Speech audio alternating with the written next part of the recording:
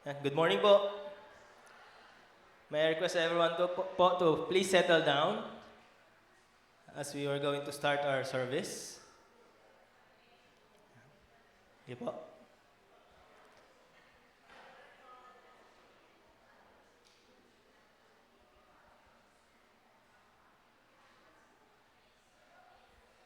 Ayan. Settle down po muna.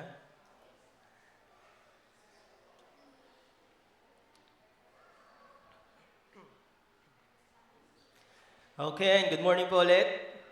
Welcome po sa PBCC, where Christ's last command is our first concern.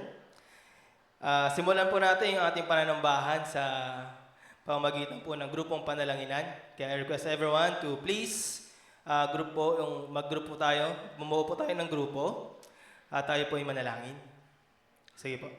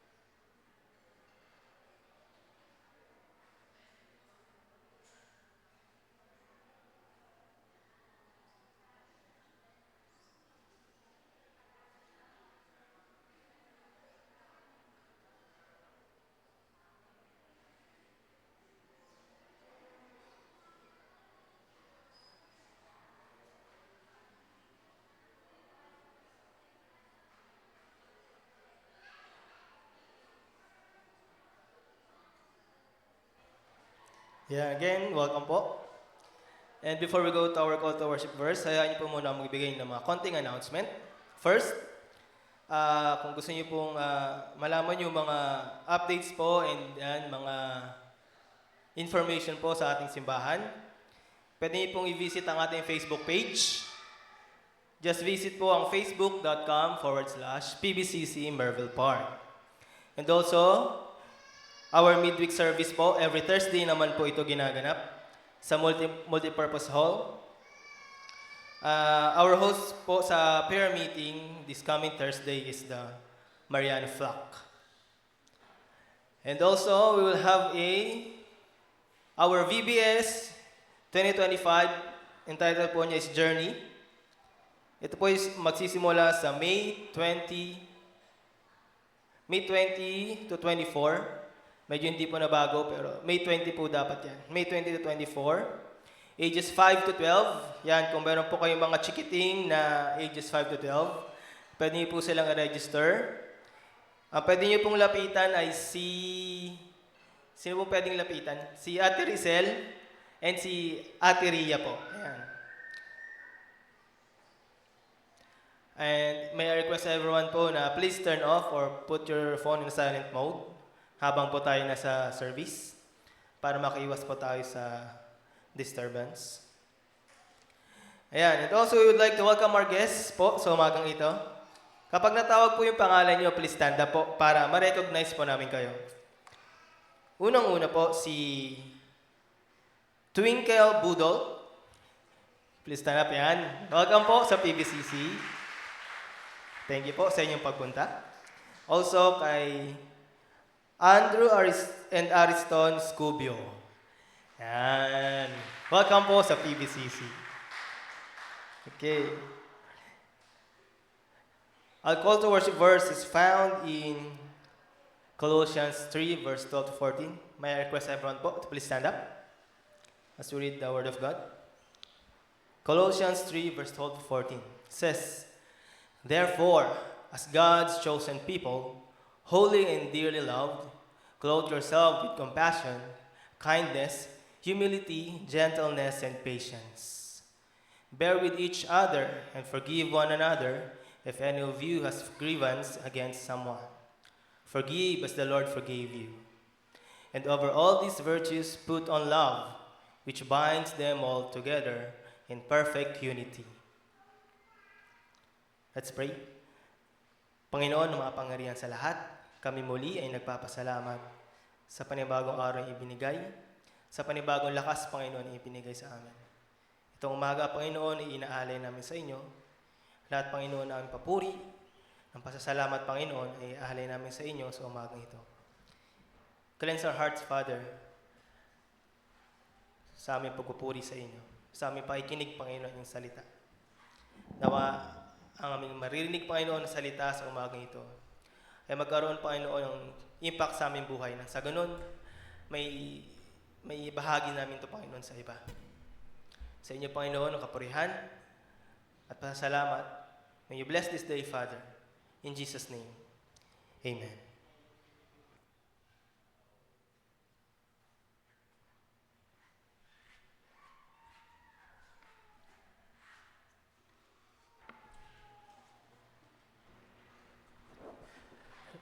Test.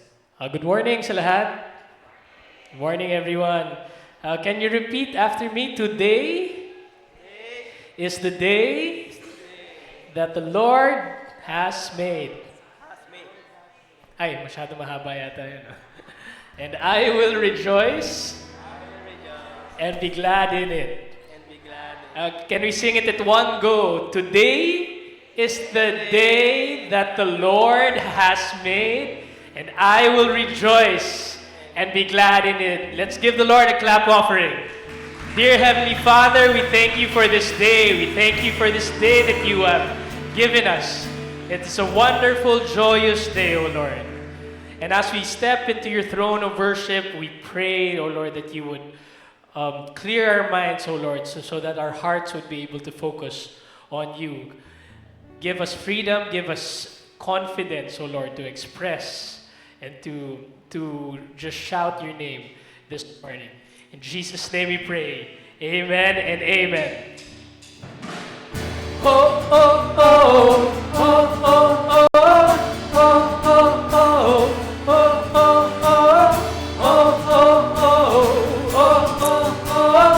oh, oh, oh. Casting my cares aside, I'm leaving my past behind. I'm setting my heart and mind on you, Jesus. I'm reaching my hand to yours, believing there's so much more, knowing that all you have in store for me is good, is good. Today's the day you have made. I will rejoice and be glad in it. Today is the day you have made. I will rejoice and be glad in it. And I won't worry about tomorrow. I'm trusting what you say. Today is the day. Oh, oh, oh, oh, oh, oh, oh, oh, oh. Fears aside, I'm leaving my doubts behind. I'm giving my hopes and dreams to you, Jesus. I'm reaching my hand to yours, believing there's so much more, knowing that all you have in store for me is good, is good. Today is the day you have made. I will rejoice and be glad in it. Today is the day that you have made. I will rejoice and be glad in it. And I won't worry about tomorrow. I'm trusting what you say. Today is the day. Oh, oh, Today is the day. Today is the day.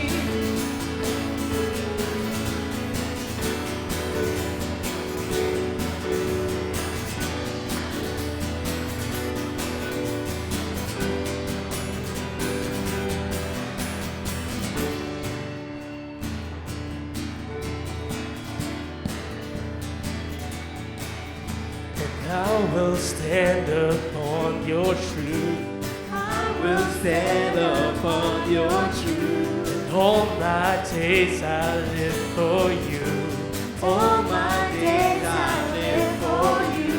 And I will stand upon your truth. I will stand upon your truth. And all my days I live for you.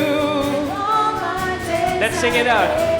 Today is the day you have made. I will rejoice and be glad in it. Today is the day you have made. I will rejoice and be glad in it. And I won't worry about tomorrow. I'm giving you my fears and sorrows. Where you lead me, I will follow. I'm trusting what you say. Today is the day. Oh, oh, oh. Today is the day. Today is the day. Today is the day. Today is the day.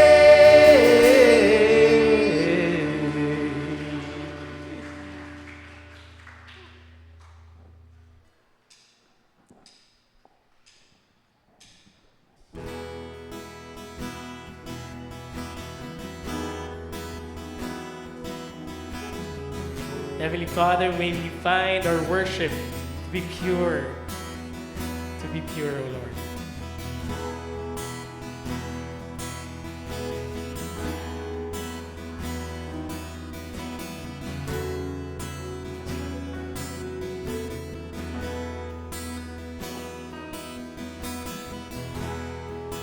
When the music fades, all is stripped away, and I simply come,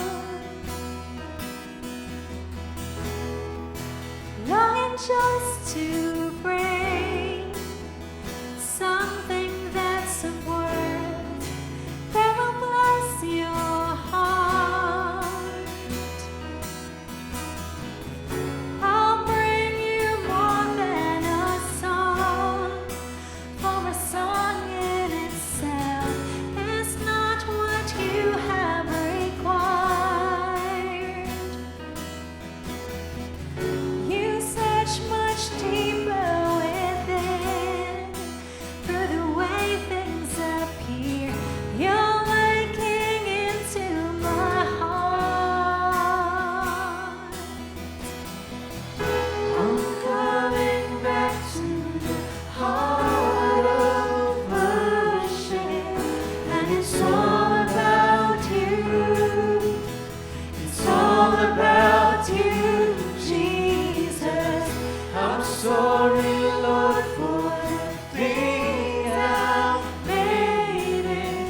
When it's all about you, it's all about you, Jesus.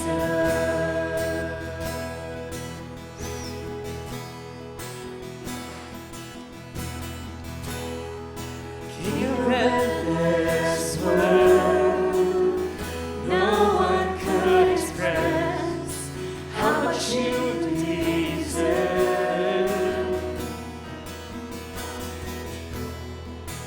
Though I'm weak and poor, all I have is yours. Every single breath. We offer it all to God. Sing it out. I'll bring you more than a song, for a song in itself is not what you have required. You search much deeper within, through the way things appear.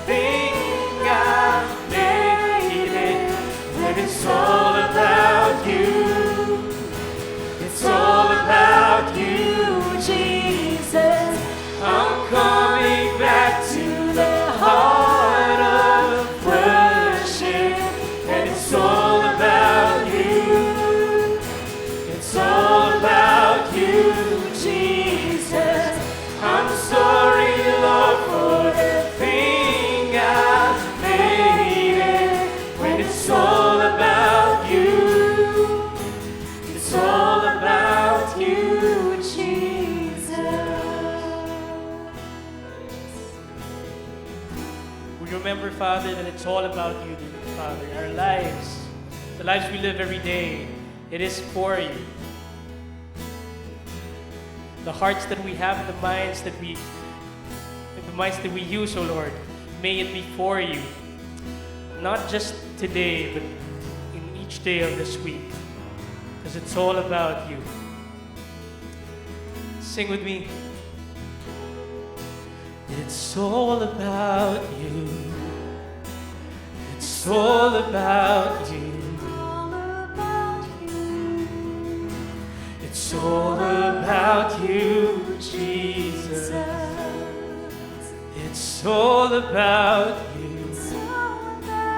It's all about you. It's all about you, Jesus. Just declare it, it's all about Him. It's all about you.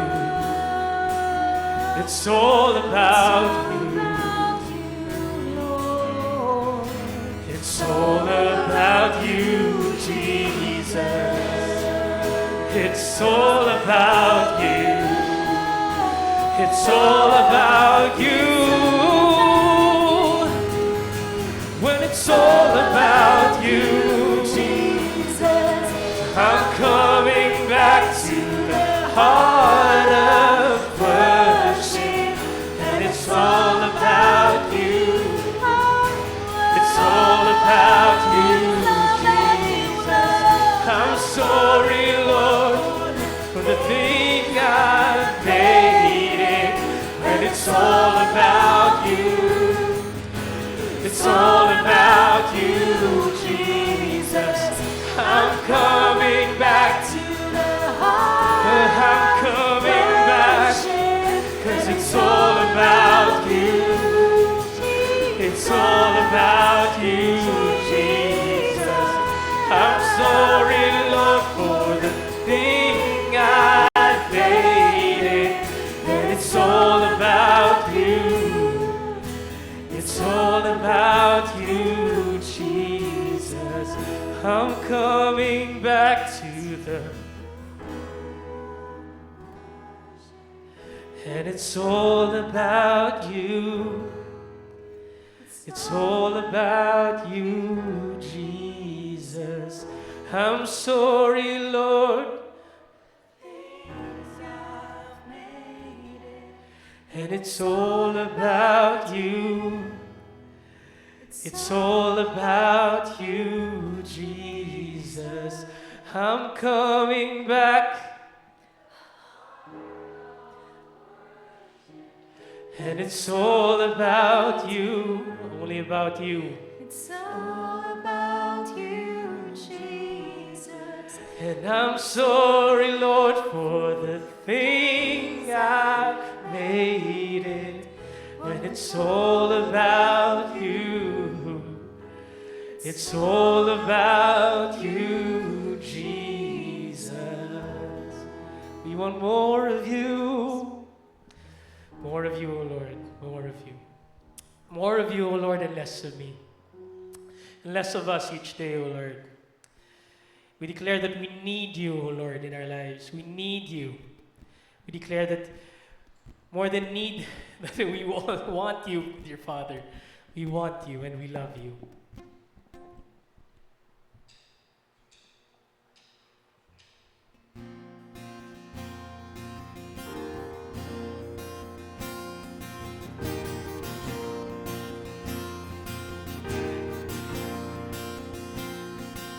Lord, I come, I confess, bowing here, I find my rest. Without you, I fall apart. You're the one that guides my heart. Lord, I need you. Oh, I need you. Every hour I need you. My one defense, my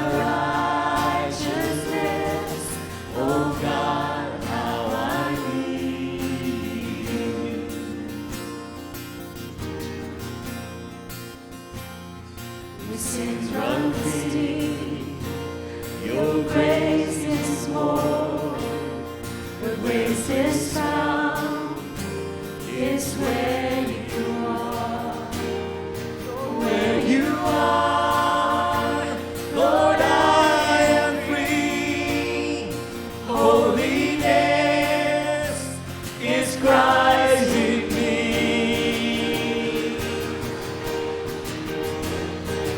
Lord, I need you.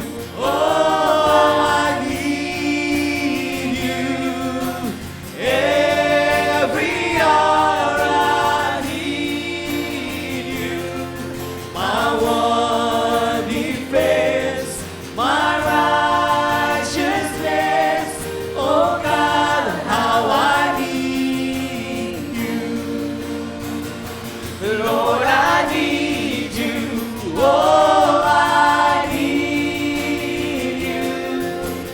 Every hour I need you. My one defense, my righteousness.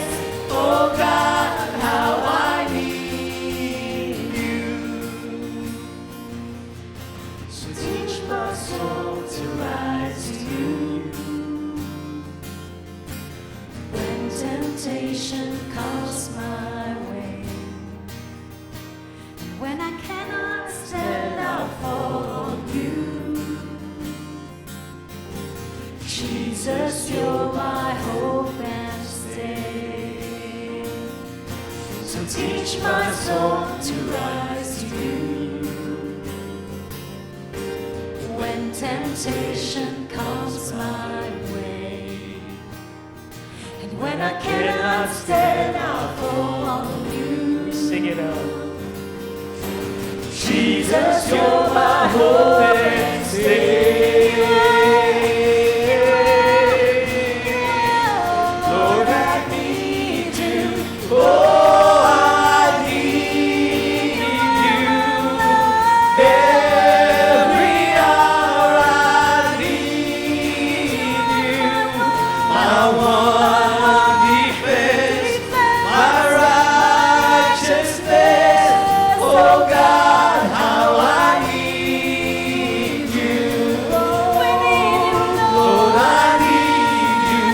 Oh, I need you. Every hour I need you. My one defense, my righteousness. Oh God, how I need My one defense. my one defense, my righteousness. Oh God, how I need you.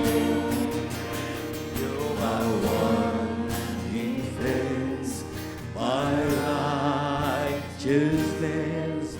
Oh God, how I need you. Dear Father, do we declare that we need you each day of our lives? We need this, oh Lord. We need this worship, this congregation, this support, this church. We pray, dear Father, that you would remind us each day that we are nothing, oh Lord, without you.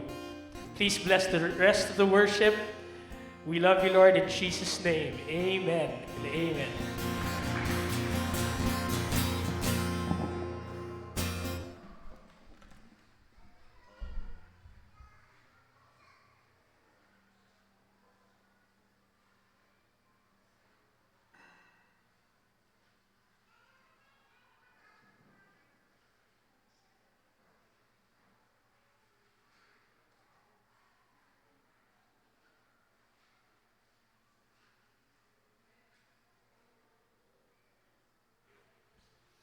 Good morning.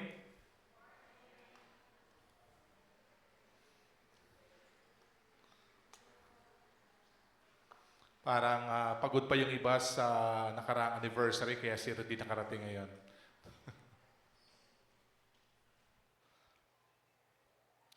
This morning po, we're going to continue our series in the book of Mark. We're going to study Mark chapter 3, verse 7 to 19. Sige po, tingnan natin ang Mark chapter 3, verse 7 to 19.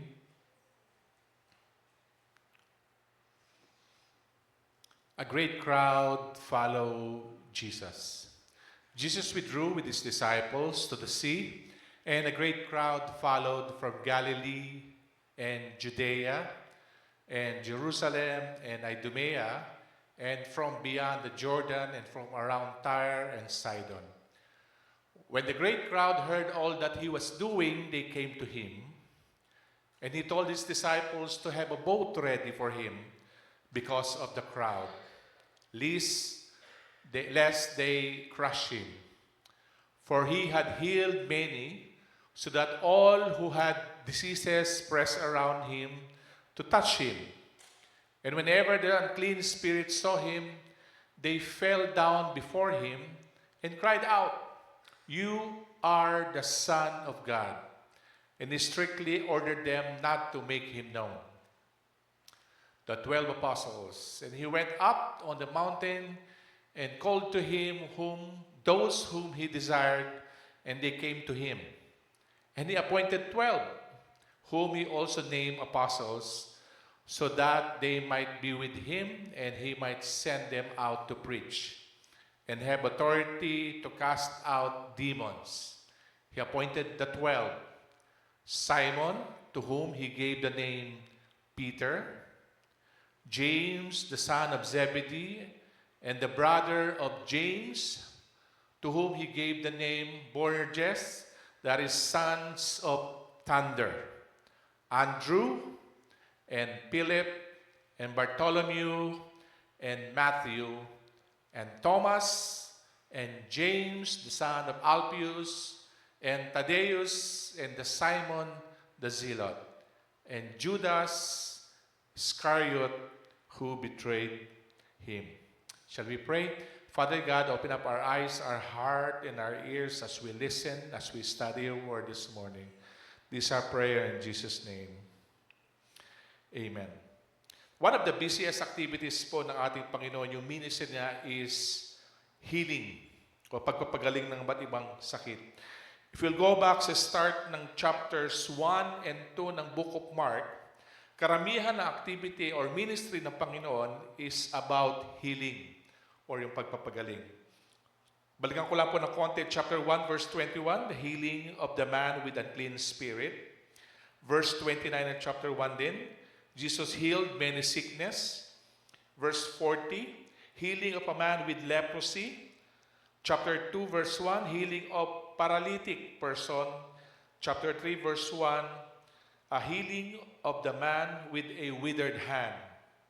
In our text this morning po, it is the same scenario, no, yung naunang binasa po natin with Jesus, na mas lalong dumarami pa yung mga tao na nagpupunta sa Kanya. Not mainly because of His teaching about the kingdom of heaven or kingdom of God, but because of His healing miracles. Everywhere Jesus go, people followed Him, to the point that Jesus requested a boat so that He could get away from the people. Parang mga politiko na may nakahanda ng getaway vehicle. Human as He is, Jesus need to take the time off.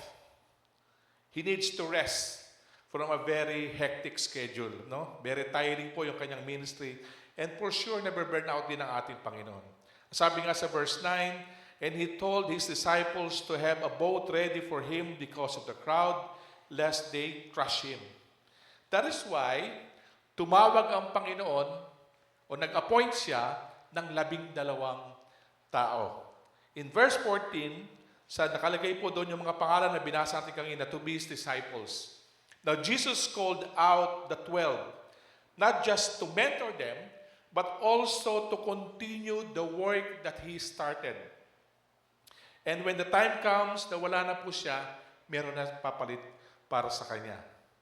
So how we are to understand ourselves and conduct ourselves as disciples. Now, the word disciples doesn't appear in the passage. Partly because Mark wants them to emphasize yung 12ness, yung 12 na sinasabi po natin dyan.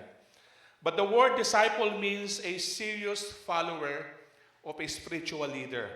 But being a disciple of Christ has a cost, and it's a very big cost. Napakalaking katumbas na halaga po ang pagsunod natin sa Panginoon.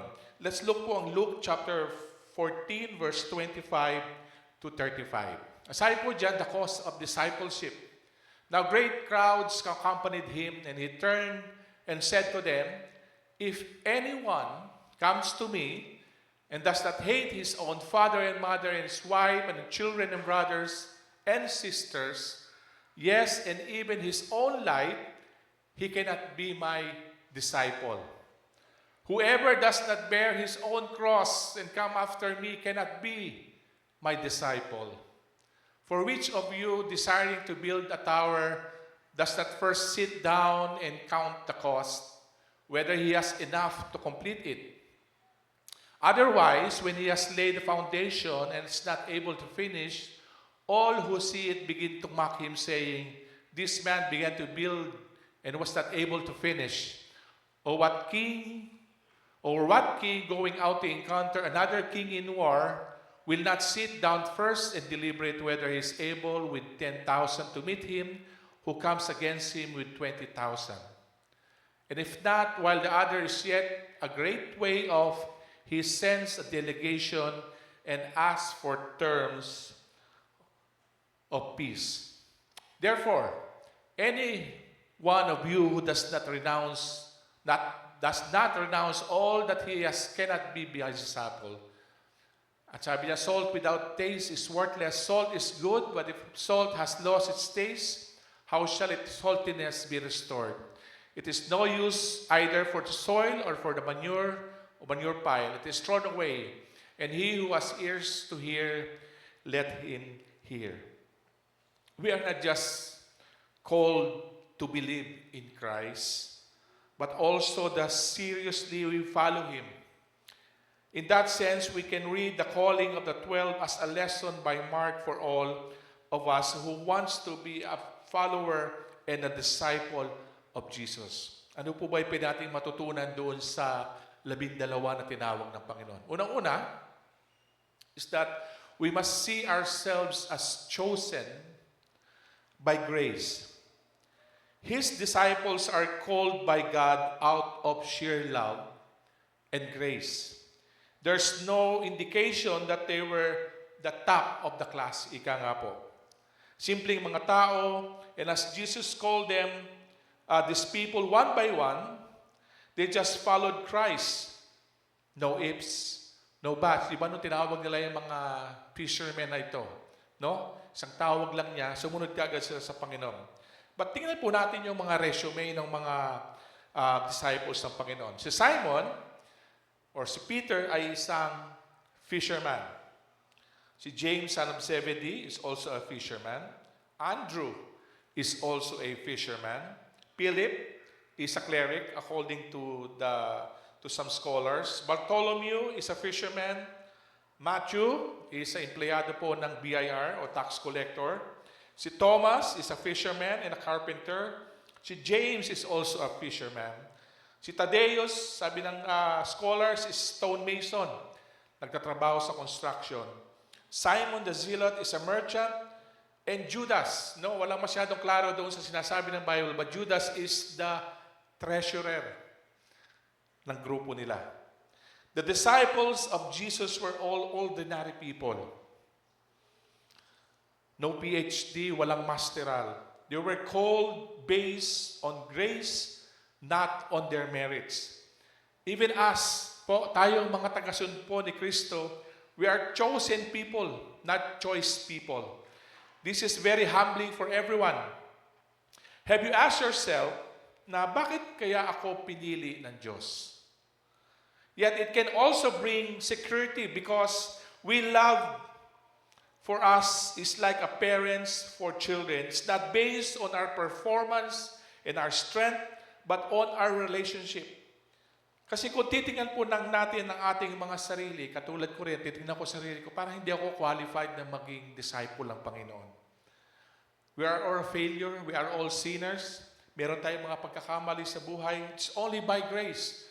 Kaya nga, we must see ourselves as chosen by God. Balik po sa point 1. Madam Karen, ayan. As chosen by grace. The self-understanding is the very root of what makes Christian different. It humbles us, no? Na tayo ay pinili ng Panginoon. Bako tatanungin mo sarili ko, ano ba yung mga failures ko sa buhay? Sino dito yung walang failures sa buhay? Si Perfecto lang siguro. Okay? Kung perfecto man ang iyong pangalan. Walang failures sa buhay. Lahat tayo meron eh. Di ba? Pangalawa, we must see ourselves as ministering and doing what Jesus did. Ang sabi sa verse 14, and He appointed 12, whom He also named apostles, so that they might be with Him, and He might send them out to preach. Pasensya na po, nalimutan ko yung salamin ko, kaya ako ay iba na ang thunders talaga. Okay, notice, He calls them to send them out to do essentially what He was doing Himself. Kaya nga, tinawag ng Panginoon yung 12 na to, so that pag nawala na ang Panginoon, sila na yung gagawa na ginagawa ng Panginoon. In fact, ilang taon lang ang ministry ng Panginoon? It's only 3 years. 3 years lang po ang ministry niya. No, the disciples, which is called apostles means the sent ones. Okay? Ito na daw yung mga bagong ministry ng mga pastor na nag-retire. Ang tawag sa kanila ay apostolic ministry. Nag-aalaga na lang daw ng apo. Kaya apostolic, joke po yan, okay? In other words, we are to do the ministry of Jesus in some way. Kailangan gawin natin, bilang tayo mga tagasunod ni Kristo, ay meron din tayong kailangan gawin bilang isang follower, isang disciple po ng Panginoon. Una-una, we are to communicate truth and show love. Alam niyo po ang katotohanan sa ngayon, okay, ay hindi na nakabase kung ano yung sinasabi ng Biblia. Ang katotohanan ngayon ay nakabase na sa sariling pananaw ng tao. Tingnan po natin yung picture na ito. Expert claims parents should ask babies for permission before changing diaper. Naniniwala po ba kayo sa katotohanan na yan? Na kailangan tanungin muna ang anak bago sila magpalitan ng diaper. No, kahit minsan masakit. But we need to speak the truth with love. Especially with fellow Christians. But we need to add love and gentleness. Ang sabi ni Ephesians chapter 4, verse 15, rather speaking the truth in love, we are to grow up in every way into Him who is the head, into Christ. Papaano nyo, question po ito sa lahat, papaano nyo kinoconfront ang isang taong namumuhay sa kasalanan? Especially if the person is very close to you.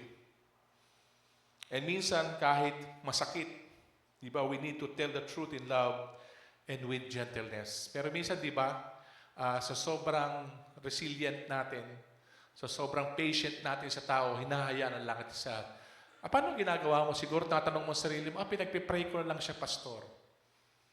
Di, paano kung huli na at hindi ala ka nang magagawa doon sa part na yun? I have this kaibigan pong pastor. Actually, matagal ko po siya nakasama sa ministry, almost 10 years. In fact, he was my associate po back in Calamba, Laguna. I confronted his drinking. Okay? At hindi lang siya umiinom. Alam, siguro problema sa Panginoon, that's a very gray area pagdating po sa Biblia. But the thing is, pag umiinom siya, kasama niya yung members ng simbahan.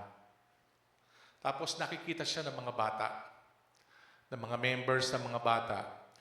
At ang dahilan niya kung bakit siya umiinom is that kailangan ko yan para sa aking energy.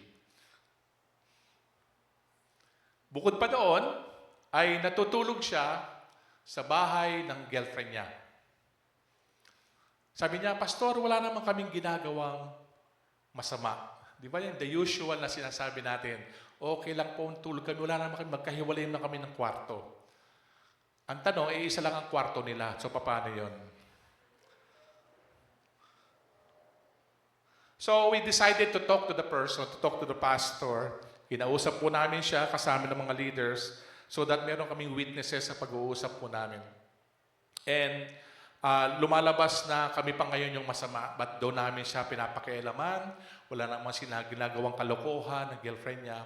At merong go signal ng girlfriend niya na matulog yung boyfriend niya na pastor doon sa bahay niya. Ang masama pa nito, kasama pa nila na nag-agree ay yung magulang ng babae. Di ba? No, looking back at siguro, Pastor, 2025 na. Pero hindi pa rin eh. Yung mali ay mali pa rin. Di ba? Hindi po pwede. Ang live-in ngayon is para ka na bibili ng candy. Okay lang na mag-live-in kayo, alam problema dyan. Di ba? Tinetesting lang ho namin kung okay kami, kung kami ay compatible. Kaya bibihira na yung mga babae na magsasabi na gusto ko yung magiging boyfriend ko ay yung magiging asawa ko. Hello, mga girls na single? May ganyan pa rin ba ngayon? So, anong nangyari po sa amin, instead na maging maayos yung pag-uusap namin ng kaibigan kong pastor, nag-away po kami and we decided to part ways. Of course, sumama yung kanyang girlfriend. Di ba? At ang sabi nga niya na may kasabihan tayo na bulag ang pag-ibig. Hindi po bulag ang pag-ibig, yung tao po yung bulag. Di ba? Hindi na nakikita kung ano yung tama at ano mali. We decided to let him go. At masakit man, yes, may pinagsamahan kami, pero madadamay po yung buong simbahan. So, marami nang kumakalat na chismis sa barangay, so hindi siya nagiging magandang impluensya doon sa komunidad kung nasaan po kami doon. Pangalawa is we need to use the gifts of the Spirit that we have, bring people under the power of the King that heals. We cannot come to Jesus only to have our needs met, but to serve Him in the world as agents of the kingdom. That is why we have salamat ang aking pong partner in the ministry. That's why ayun, malinaw na lahat. Tama po yung pinagsasabi ko kanina, wag po kayo mag-alala. That is why we all have the same responsibility. Hindi lang po kasi pastor ako, but we all need to share the word of God to everyone, with someone, yung kaibigan mo, katabi mo. Di ba? Sabi mo yung katabi mo, ikaw yun na kailangan mo mag-share ng gospel ng Panginoon. Yesterday, coming home from our class po sa homiletics with the Pastor F, si Ate Bubot was sharing on the way home sa mga kasama namin kahapon sa likod ng sakyan.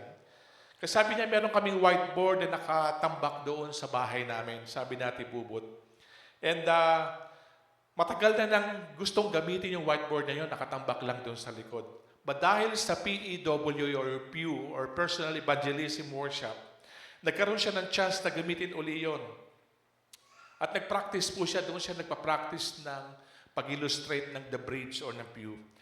But also to share God's Word sa kanyang pamilya. No? Yun ang naging daan para maipaliwanag niya doon sa mga kasama niya sa bahay kung ano yung ginawa ng Panginoon para sa atin.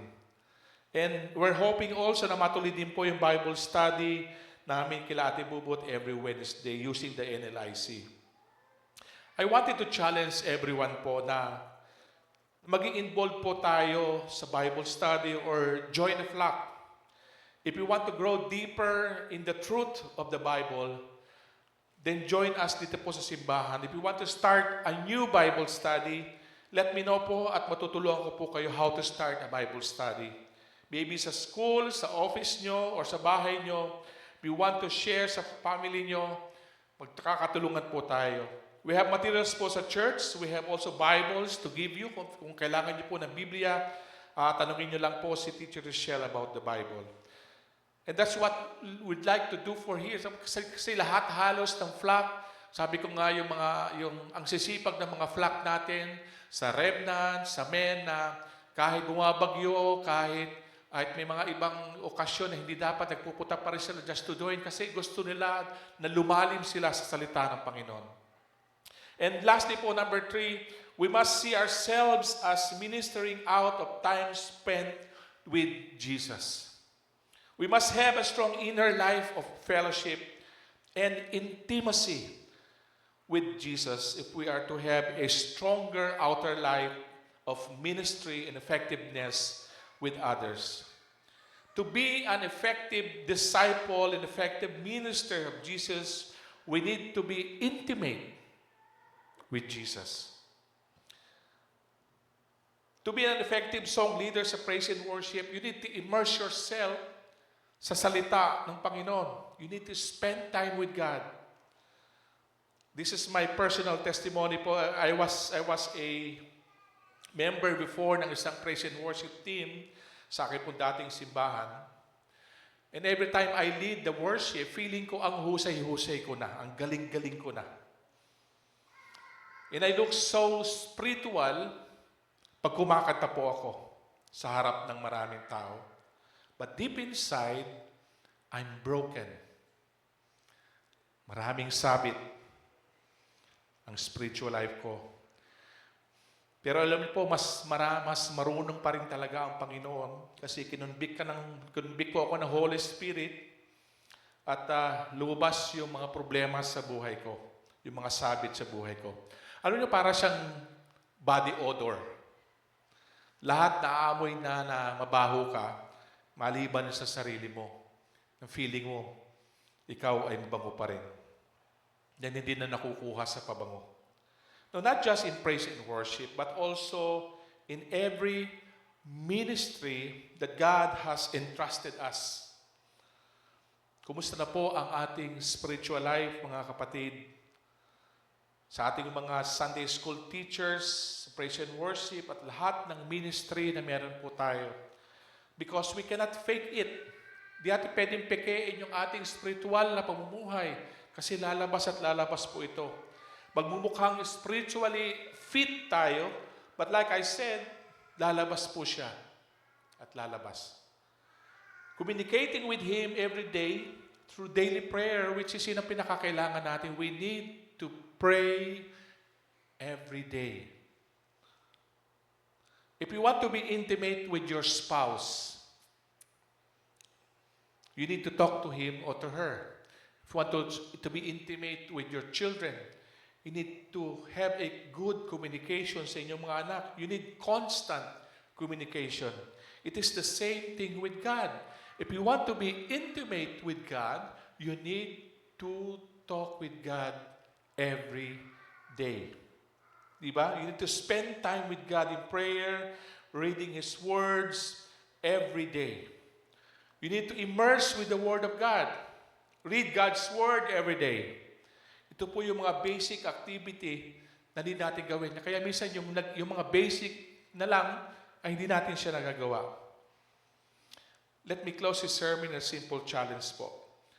It's hard to be a follower of Christ. Totoo po yan. But it's harder to follow someone that will bring your soul to hell. Hindi naman naging madali sa mga disciples ang buhay po nila.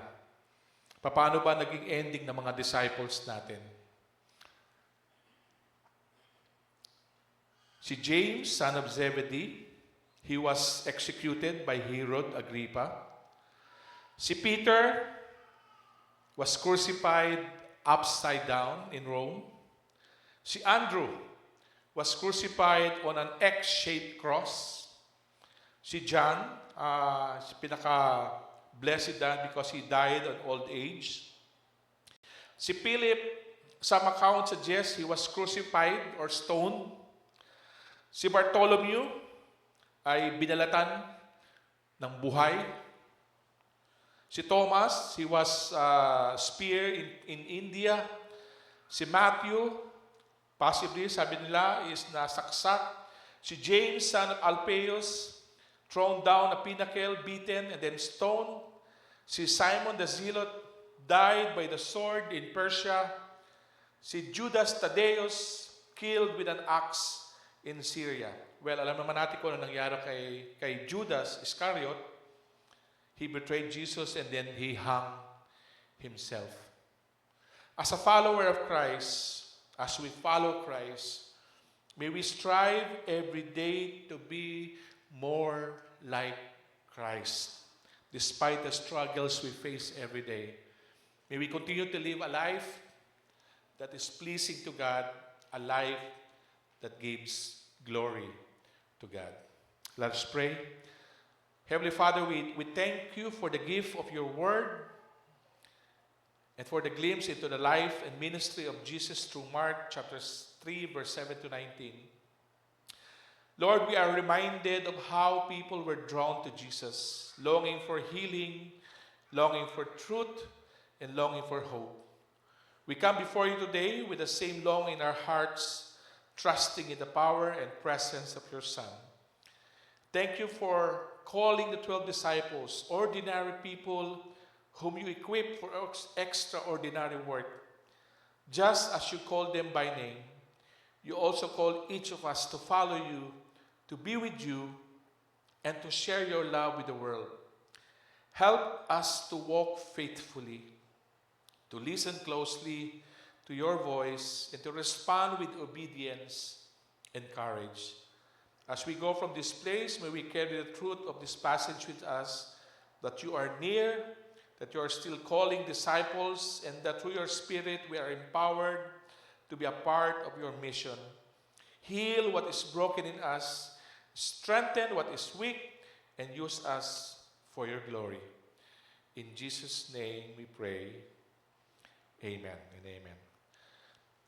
Today po is the first Sunday of the month. So shall we all call all the deacons na nandito?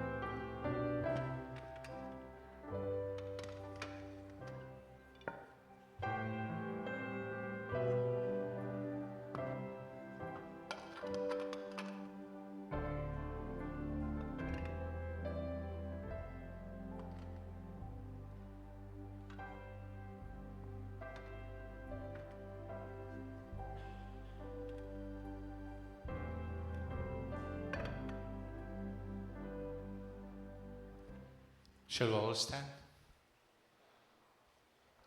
1 Corinthians chapter 11, verse 23 to 30 says, For I received from the Lord what I also delivered to you, that the Lord Jesus on the night when he was betrayed took bread, and when he had given thanks, he broke it and said, This is my body which is for you.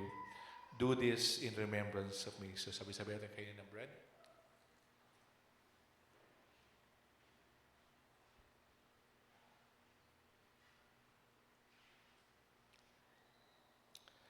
In the same way, also he took the cup after supper, saying, This cup is the new covenant in my blood. Do this as often as you drink it in remembrance of me. For as often as you eat this bread and drink the cup, you proclaim the Lord's death until he comes. Sabi po natin, take a cup. Whoever therefore eats the bread or drinks the cup of the Lord in an unworthy manner will be guilty concerning the body and the blood of the Lord. Let a person examine himself then, and so eat of the bread and drink of the cup. For anyone who eats and drinks without discerning the body eats and drinks judgment of himself. That is why many of you are weak and ill, and some have died. Shall we all pray? Gracious and loving God, we come before you with hearts full of gratitude for the sacred gift we have just received. Thank you for the body and blood of your Son, Jesus Christ, broken and poured out for our salvation. In this holy meal, we remember his sacrifice, we celebrate his resurrection, and we look forward to his return. This is our prayer in Jesus' name. Amen.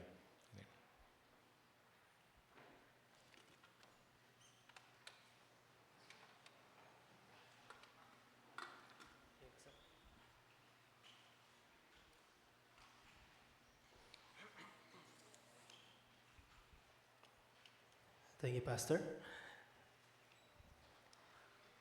Our tithes and offering verse is found in Malachi 3, verse 10. And it says, Bring the whole tithe into the storehouse, that there may be food in my house. Test me in this, says the Lord Almighty, and if I will not throw open the floodgates of heaven and pour out so much blessing that there will not be room enough to store it. May I call the deacons for the collection of the tithes and offering?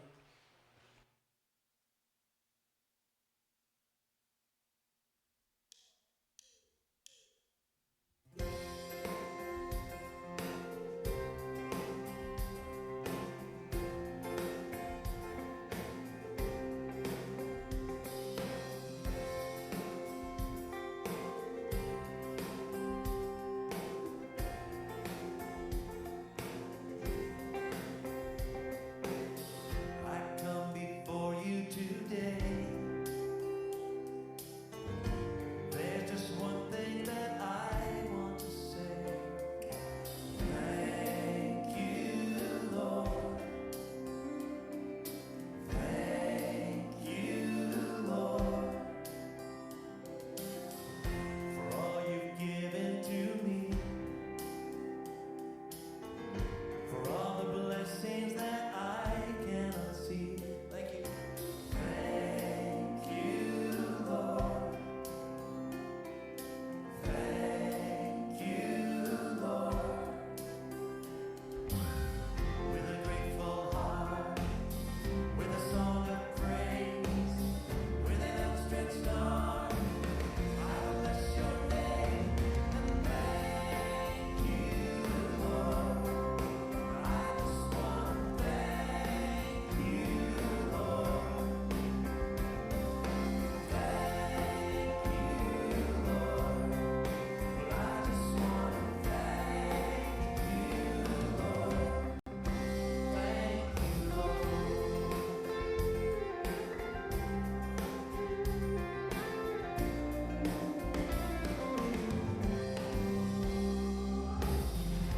For all you've done in my life,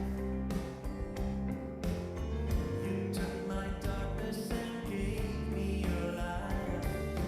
Thank you, Lord. May I request everyone to please stand up? Let's pray. Panginoon na mapangyarihan sa lahat, kami muli, Lord, ay lumalapit sa inyo. Nagpapasalamat, Panginoon, sa araw-araw, Panginoon, na provision na ibinibigay sa amin. Salamat, Panginoon, sa blessings na meron kami, ang aming mga trabaho, ang aming mga negosyo, Panginoon. Ang lahat, Panginoon, na naikapo na ito ay aming binabalik sa inyo. Nawa magamit ito, Panginoon, sa ikalalagaan pa po ng inyong salita. Sa inyo po ang papuri at pagsamba sa tanging pangalan ng Jesus.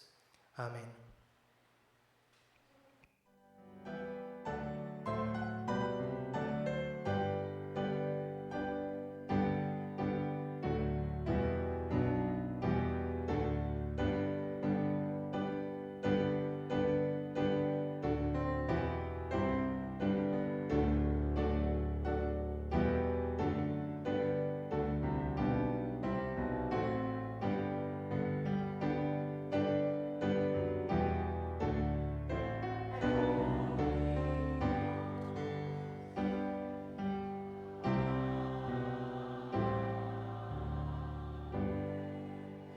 May I request everyone to please sit down po muna. And you will, magpapakita po kami ng video, yung AVP po natin nung nakaraang linggo sa ating anniversary. Sige po.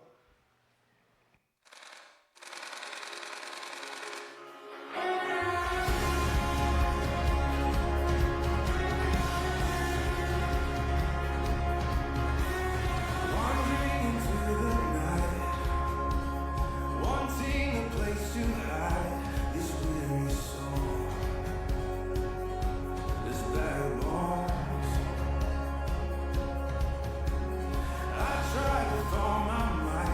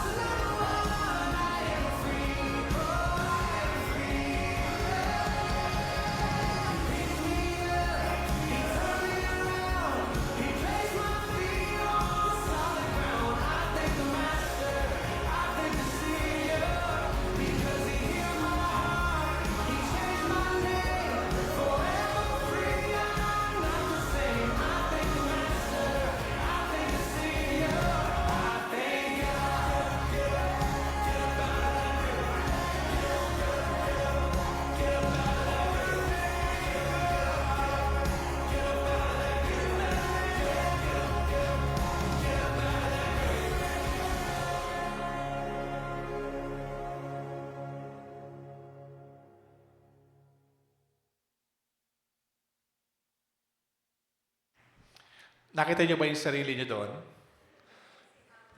Si Harold lang. Puro kasi Harold, ano? Ba't kaya? Sa beses ko lang nakita yung sarili ko eh. Jules, ha? At in behalf po, PBCC, maraming salamat po sa mga nagdala ng pagkain. Okay? Maraming salamat po sa inyo kay Kuya Toto sa nagluto po ng kaldereta. Isang piraso lang ang nakain ko, Kuya Toto. Naunahan ako na nag-Sharon. Okay? Isang piraso lang. But salamat po, no? God is very faithful to PBCC. No? Diba? 42 years. Sipin mo, 8 years na lang, 50 years na ang PBCC. Diba? Salamat sa Panginoon. Sige po, tayo po lahat tumayo. Sabihan mo yung katabi mo, God bless you as you go home. Okay? Saan man ang lakad mo, God bless you. So, bow down heads. As you go from this place, remember that Christ calls each of us by name, just as He called the 12. Go now in the peace of the one who heals, restores, and sends. May you walk closely with Jesus, listen for His voice, and follow Him with courage and faith. And may the love of God, the grace of our Lord Jesus Christ, and the fellowship of the Holy Spirit with you always. In Jesus' name we pray. Amen and amen. God bless po. See you again next Sunday. This is the day you have made. I will rejoice and be glad in it. Today is the day you have made. I will rejoice and be glad in it. I won't worry about tomorrow. Giving you my fears and sorrow. Where you lead me, I will follow. I'm trusting what you say. Today's the day. Oh, oh, oh. Today's the day. Oh, oh, oh. Today's the day. Oh, oh, oh. Today's the day. Oh, oh. Today's the day. Thank you po. Have a great Sunday. We'll see you next week.